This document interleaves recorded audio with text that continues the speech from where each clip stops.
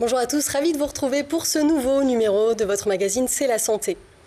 La sismothérapie, plus connue sous le nom d'électrochoc, est un des traitements de la dépression des patients qui résistent au traitement classique.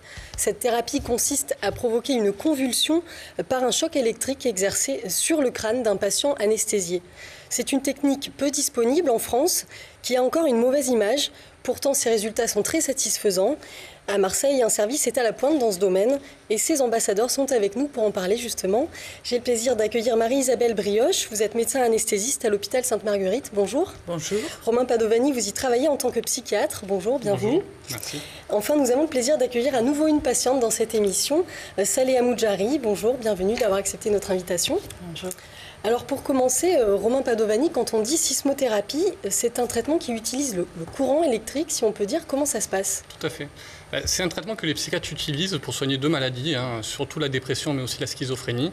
Et le principe général, pour simplifier, c'est un traitement qu'on fait à un patient qui est endormi, donc sous anesthésie générale, et qui consiste à faire passer un courant électrique de part et d'autre de sa boîte crânienne. Et ce courant est thérapeutique et permet de soigner, de guérir, de soigner la dépression et permet à certaines personnes d'en guérir. Alors Marie-Isabelle Brioche, vous intervenez-vous au début de ce traitement parce que donc, vous endormez justement les patients. C'est un peu la clé de ce traitement, l'anesthésie ? En l'absence d'anesthésie, la sismothérapie provoque une crise convulsive généralisée qui peut avoir des conséquences au niveau ostéo-articulaire et au niveau dentaire, les plus importantes. C'est pour ça qu'on endort les patients. On va les endormir, provoquer une narcose pour que le patient n'ait aucun mauvais souvenir. Ce n'est pas douloureux, mais en plus le curariser pour lutter contre les effets secondaires délétères au niveau des dents et au niveau ostéo-articulaire. Donc le curariser, ça c'est une sorte de paralyser les muscles, qui c'est paralyser les muscles pendant quelques minutes pour ne pas avoir de conséquences de retentissement de la crise au niveau ou des dents ou ostéo-articulaires. Alors Saleh Amoudjari, vous avez été soigné par cette méthode l'année dernière, vous continuez à être soigné aujourd'hui. Comment vous avez appréhendé un petit peu cette méthode-là ? Qu'est-ce que ça a changé pour vous, ce traitement ? Dans la mesure où on me l'a présenté de manière très positive, j'y suis allée avec beaucoup de confiance et de toute façon avec une envie tellement grande de m'en sortir que toutes les solutions qu'on pouvait me proposer étaient les bienvenues. Et aujourd'hui, vous allez mieux ? Et là, ça va beaucoup mieux, beaucoup mieux. Alors Romain Padovani, il faut dire que ce traitement ne s'adresse pas à tout le monde. Justement, à quel patient il est préconisé ? En fait, on pourrait dire qu'il s'adresse à tout le monde, en fait, à toutes les personnes qui souffrent de dépression. C'est vrai que comme il est peu disponible, on le réserve quand même aux personnes qui résistent aux traitements médicamenteux et chez qui les traitements médicamenteux ont été un échec. Donc ça a été votre cas. Mais c'est quand même souvent des personnes dans un état de dépressif sévère qui peuvent être hospitalisées longtemps, sur des longues périodes. En fait, la dépression est toujours une maladie qui s'exprime de façon sévère. L'image dans la population générale d'une réaction de tristesse à des événements douloureux, c'est une image qui est fausse. La dépression, c'est vraiment une maladie qui touche le système nerveux, qui touche le cerveau, qui se manifeste par des symptômes extrêmement sévères. Par exemple, une tristesse très intense mais permanente, plus de plaisir du tout pour tous les événements de vie, plus d'envie de faire les choses. Et puis justement, c'est tellement sévère que les patients souffrent beaucoup. Donc on pourrait le proposer à tout le monde. Alors avant de continuer, je vous propose de regarder ce reportage.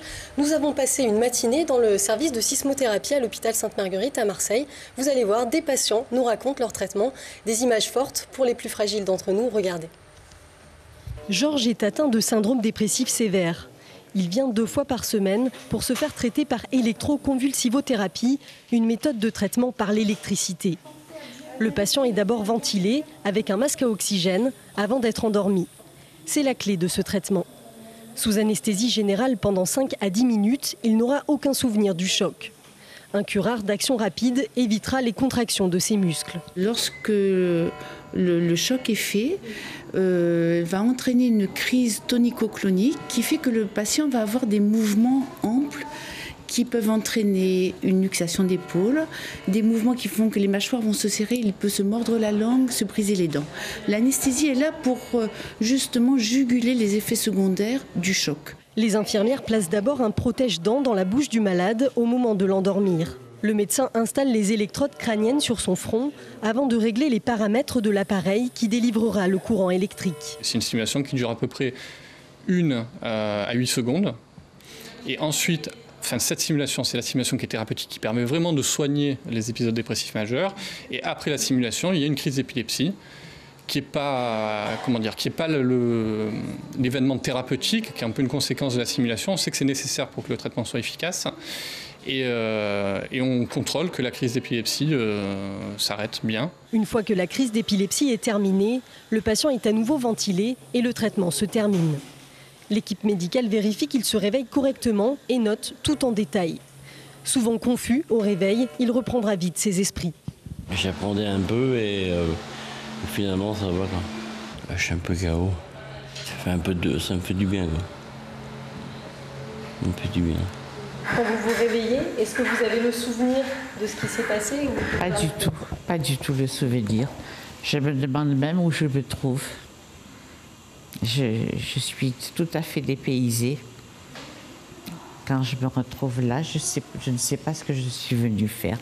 Bon, c'est après que je sais que c'est l'électrochoc que j'ai subi. Et je crois que ça me fait du bien. Sinon, j'en ferais pas. C'est pas un traitement douloureux. D'ailleurs, parmi tous les traitements qu'on utilise en psychiatrie, c'est celui qui est le mieux toléré, mieux que les traitements médicamenteux. Alors, par contre, pour certains patients, pas tous, et c'est relativement rare, il peut y avoir des maux de tête dans la suite des sismothérapies. Et quand ça se présente, ça passe très vite avec des antalgiques classiques qu'on peut donner en général en perfusion puisqu'ils sont perfusés. Quelques heures après son traitement, le patient déjeunera dans le service. Il retournera ensuite dans son hôpital d'origine ou directement chez lui. S'il répond bien au traitement, les séances pourront se prolonger régulièrement. Alors concrètement, qu'est-ce qui se passe dans le cerveau du malade au moment où vous placez les électrodes sur son crâne, Romain Padovani ? Au moment où on fait la stimulation, il y a un courant électrique qui passe entre les deux électrodes et c'est ce courant électrique donc, qui est thérapeutique. Votre question, c'est un peu qu'est-ce qui se passe dans la dépression aussi. Dans la dépression, il y a des zones du cerveau qui sont malades, dans lesquelles il y a moins de neurones et les neurones sont moins connectés. Le fait de faire passer ce courant électrique permet nous on dit d'améliorer la neurogénèse, c'est-à-dire tout simplement le nombre de neurones dans ces zones malades et la connexion entre les neurones. En fait, ça renforce leur connexion entre eux, c'est les synapses, c'est ça qui relie les neurones qui vont mieux fonctionner ? Exactement, c'est ça, l'effet thérapeutique, c'est les synapses, les dendrites aussi qui sont aussi des structures qui permettent les connexions entre les neurones qui augmentent en nombre. C'est ce qu'on constate vraiment chez les patients chez qui le traitement est efficace. Donc ça a été prouvé, effectivement, vous avez des résultats qui montrent que ce nombre de neurones va pouvoir se démultiplier.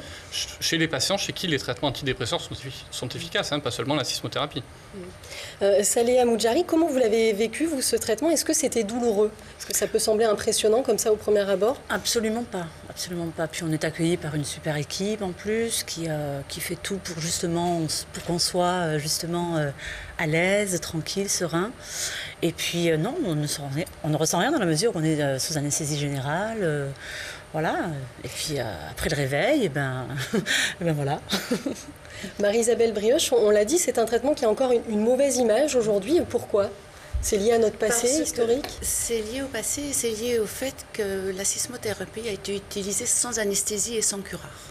Donc évidemment, le patient en avait un souvenir effroyable et sans curare, il y avait des lésions importantes au niveau de luxation d'épaule, au niveau de fractures même, au niveau des dents.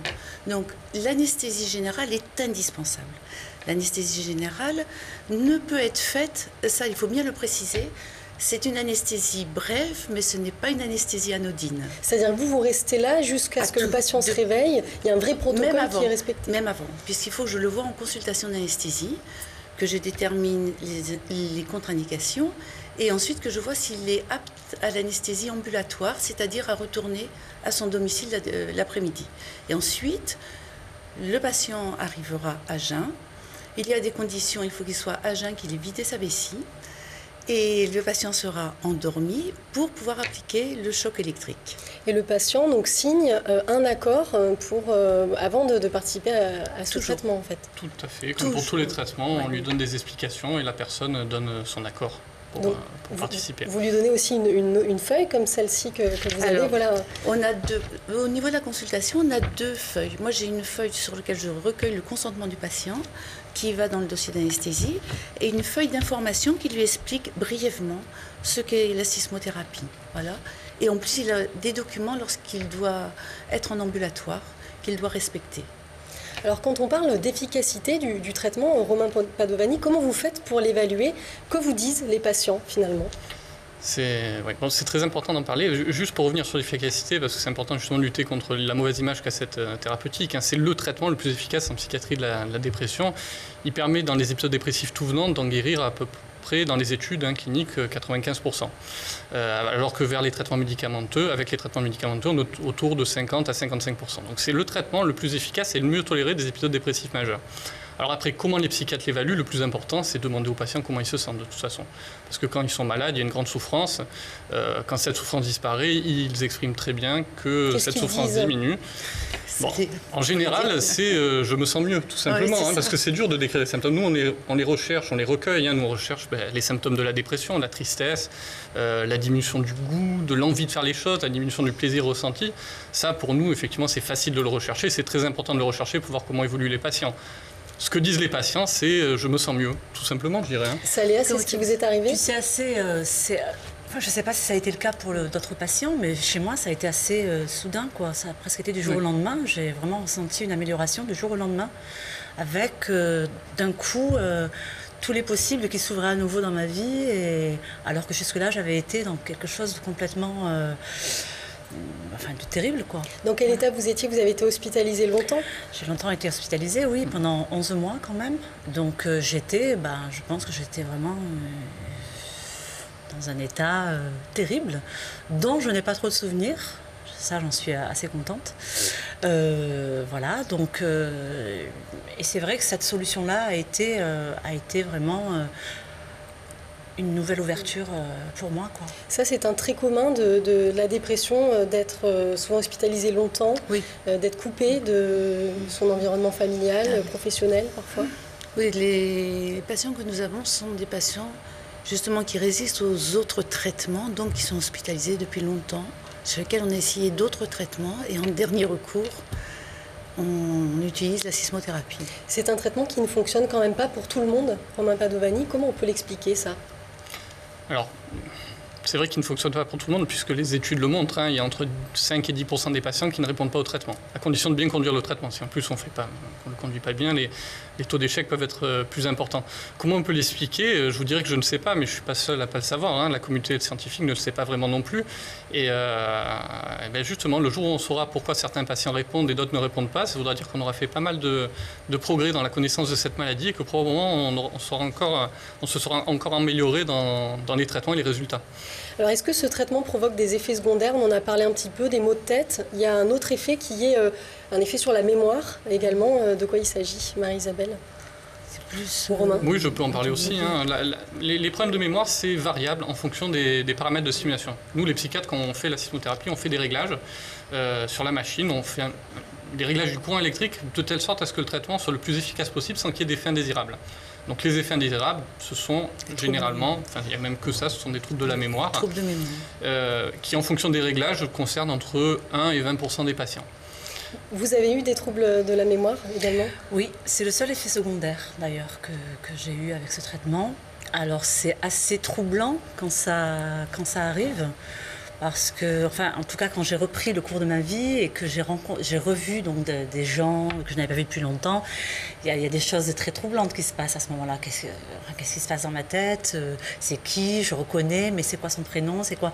Et puis petit à petit, tout revient. Je pense vraiment qu'il ne faut pas avoir peur de ça. Il faut être rassuré par rapport à ça. Ça revient, c'est-à-dire c'est irréversible. Ce n'est jamais définitif. Ce n'est jamais définitif. À chaque fois qu'on commence à espacer les séances ou si on les arrête, les problèmes de mémoire disparaissent. Est-ce qu'il y a d'autres effets secondaires, par exemple, est-ce que ça peut changer la personnalité du patient également? Pas du tout. Pas du tout. On va parler du trajet du patient pour arriver chez vous. Comment ça se passe? Donc certains sont envoyés par d'autres psychiatres, certains viennent directement de l'hôpital où ils sont hospitalisés, d'autres viennent directement de chez eux. C'est ça, oui, tout est possible. Ce qu'on peut dire, c'est que ça passe par le psychiatre qui pose l'indication, donc les membres de notre équipe. Mais tous les circuits, sinon, sont bons. Il y a des patients qui nous contactent directement, il y a des médecins qui nous connaissent, qui nous sollicitent pour que leurs patients bénéficient de ce traitement. Et puis, bien sûr, il y a nos propres patients aussi, qui sont hospitalisés dans nos services ou nos patients qu'on suit en consultation. Au niveau des patients, est-ce qu'on peut dresser un portrait type des patients que vous recevez? Est-ce que, par exemple, vous recevez beaucoup de personnes âgées? Je crois qu'il y a aussi un syndrome de la dépression chez des personnes âgées. Est-ce que vous en recevez beaucoup? Pas plus, mais nous en recevons puisqu'il n'y a pas de limite d'âge. J'allais dire, nous avons eu des patients depuis l'âge de 14 ans jusqu'à l'âge de 83 ans. C'est ça. Donc on a un panel très large et on utilise la sismothérapie sur des dépressions résistantes chez la personne âgée. Le fait d'être une personne âgée ne contre-indique pas la sismothérapie et donne des bons résultats. Et certains psychiatres préfèrent même proposer la sismothérapie aux personnes âgées plutôt que les traitements médicamenteux. Tout à fait, qui auraient plus d'effets secondaires. Voilà, moins d'effets secondaires, moins dangereux aussi que les traitements médicamenteux. Et les effets de ce traitement, on l'a vu pour vous, c'était assez rapide. Est-ce que c'est des effets qui sont immédiats ou des effets qui viennent à distance finalement après? Est-ce qu'on sait par exemple combien il faut de séances? J'imagine que ça va dépendre de chaque patient. C'est ça, impossible à savoir. En fait, on commence à espacer le traitement à partir du moment où les patients vont mieux. Il y a une moyenne autour de... Ce qui est difficile à expliquer aux patients, c'est qu'au départ, quand on commence les sismothérapies, on ne peut pas savoir s'il va en avoir 10, 12 ou 25. Et c'est difficile aux patients de comprendre cela, parce qu'on va suivre en fin de compte son évolution. Voilà, il faut pas oublier. On s'adapte au traitement. C'est un traitement, c'est pas 12 séances pour chaque patient, c'est un traitement personnalisé. Et les séances, au départ, il peut y avoir par exemple 2 séances par semaine, puis après une fois par mois, c'est ça qui va se passer? On l'a pas expliqué au début, c'est toujours 2 ou 3 séances par semaine. Et on continue tant que l'état de santé de la personne ne s'est pas amélioré. Avec une moyenne, je dirais quand même autour de 8 à 10 séances. Moi, j'ai le souvenir d'une patiente chez qui il y a eu une réponse au bout d'une séance, c'est possible aussi, et d'autres chez qui on a attendu plus d'une vingtaine de séances. Par contre, tout ce qu'on sait, c'est qu'il ne faut pas, une fois que les séances ont donné un résultat, il ne faut jamais arrêter brutalement. C'est pour ça qu'après 2 séances, un résultat, on espace à 1 séance par semaine, après 1 séance par 15 jours, et après 1 séance par mois. Ça, il ne faut jamais arrêter brutalement. Est-ce qu'on sait pourquoi cette technique est finalement si peu disponible en France en tous les cas? Est-ce que dans d'autres pays, ça se pratique beaucoup? Comment on l'explique? C'est juste une question de politique de santé. Effectivement, il y a des pays comme l'Australie qui ont décidé de considérablement la développer. Et l'avantage, c'est qu'on peut le proposer plus aux patients et pas seulement aux patients qui sont résistants au traitement médicamenteux. Voilà, c'est une question de politique de santé. De politique de santé, d'organisation, puisqu'à chaque fois, il faut un psychiatre disponible et un anesthésiste disponible et des locaux. Les locaux, on ne fait jamais une sismothérapie au lit du patient. Ça n'existe pas. Il y a un décret, il y a des recommandations qui font qu'il faut soit une salle de réveil, soit à l'hôpital Sainte-Marguerite, on est dans les locaux de l'ancienne réanimation. Mais il faut un équipement correspondant à un décret de recommandation. Justement, cette technique, donc vous le dites, est gérée par un protocole de soins très, très concret. Ça se passe comment? Donc vous, par exemple, vous endormez le patient, vous allez être à son chevet pendant les quelques minutes jusqu'à ce qu'il se réveille. Si jamais il se passait quelque chose, il y a tout à proximité. Il y a tout pour faire une réanimation cardio-respiratoire ou autre. Il y a tout sur place. Comme pour toute anesthésie. Comme pour toute anesthésie, c'est ce qu'on appelle pour nous une anesthésie hors bloc opératoire. Voilà. Donc le patient repart chez lui, on l'a vu dans le reportage. Soit le patient, après, il passe 1 heure en salle de réveil et il ne sort de salle de réveil qu'avec l'accord de l'anesthésiste. Soit à la sortie de la salle de réveil, il retourne au pavillon Solaris s'il est hospitalisé. Soit il retourne dans une clinique s'il est hospitalisé dans une clinique, soit il retourne à son domicile s'il remplit les conditions de l'anesthésie ambulatoire. Alors est-ce que vous avez mais toujours avec l'accord de l'anesthésiste. L'anesthésiste n'est pas là il faut, en dernier recours, quand il sort de l'hôpital, il a vu l'anesthésiste. Vous lâchez jamais Voilà, on ne lâche patients. jamais. Est-ce que vous avez des exemples d'autres patients pour qui ça a été révolutionnaire finalement cette méthode, pour qui ça a très très bien fonctionné? Oui, tout à fait. Après, est-ce que vous souhaitez que je vous fasse une description clinique des patients en question? Non, on va mais peut-être conserver leur anonymat, mais juste pour donner des patients peut-être qui étaient dans des états oui. très, très, très graves et qui s'en sont sortis. Bon, après, c'est pas non plus un traitement miraculeux, c'est le traitement le plus efficace de la dépression qui peut permettre de faire disparaître complètement les symptômes. Mais j'ai en tête une patiente, qui est en maison de retraite depuis des années, et complètement dépendante de tout le monde et qui était finalement pas prise en charge de façon optimale, et chez qui elle est à nouveau autonome, à nouveau chez elle, et elle vit normalement. Marie-Isabelle Brioche. Ce qu'on peut préciser quand même, c'est que dans la catatonie, c'est-à-dire lorsque le patient ne se nourrit plus, ne se lève plus, est vraiment dans des conditions catastrophiques, la sismothérapie a une indication extraordinaire pour le traitement de la catatonie. Une efficacité spectaculaire, voilà, c'est spectaculaire. Dans le cas de la catatonie. Est-ce que certains patients ont des séances parfois toute leur vie? Oui. Ça, c'est possible aussi? Oui, nous avons des patients qui viennent une fois par mois ou une fois toutes les 6 semaines, qui vivent avec leur séance de sismothérapie et qui leur permet d'avoir une vie, de travailler, d'avoir une vie sociale et tout. Ils viennent tous les mois ou toutes les 6 semaines. Qu'est-ce que va être l'avenir finalement de ce traitement? Est-ce qu'on imagine qu'avec l'avancée de la recherche, notamment sur le cerveau, qu'est-ce que vous l'imaginez comment le futur? Déjà, il y a un problème avec ce traitement, c'est l'image que ça a au niveau de la population générale. Donc le fait d'en parler, ça permettra, je pense certainement, de lever cette image et de faire en sorte qu'il soit plus disponible. Après, quelles sont les perspectives futures de ce traitement? Parce que là, c'est encore assez mystérieux, finalement, cette histoire de ce qui se passe dans le cerveau. On arrive un peu à l'expliquer, mais c'est assez flou encore aujourd'hui. Oui. Oui. Bon, on sait que ce traitement est efficace. Sur l'avenir de la psychiatrie, oui, les connaissances avancent de plus en plus. Et il y a sûrement d'autres techniques de stimulation cérébrale qui vont aussi être connues à l'avenir, notamment la stimulation magnétique transcrânienne, qui est un traitement avec une bobine électromagnétique, qui est moins connu que la sismothérapie, qui a prouvé une efficacité aussi importante, qui permet de comprendre le fonctionnement cérébral. Bon, c'est pas le sujet d'aujourd'hui, donc je ne développe pas. Mais aussi, on peut parler aussi de la neurochirurgie des maladies mentales. Avec les psychiatres travaillent en collaboration avec les neurochirurgiens et certaines maladies. On peut soigner et guérir certaines maladies en mettant des électrodes dans le cerveau de certaines personnes qui souffrent par exemple de dépression ou de troubles obsessionnels compulsifs. Qu'est-ce que vous en dites autour de vous, Saléha Moudjari, de ce traitement quand vous en parlez? Qu'est-ce que vous leur racontez à votre entourage, par exemple? À mon entourage proche, je raconte...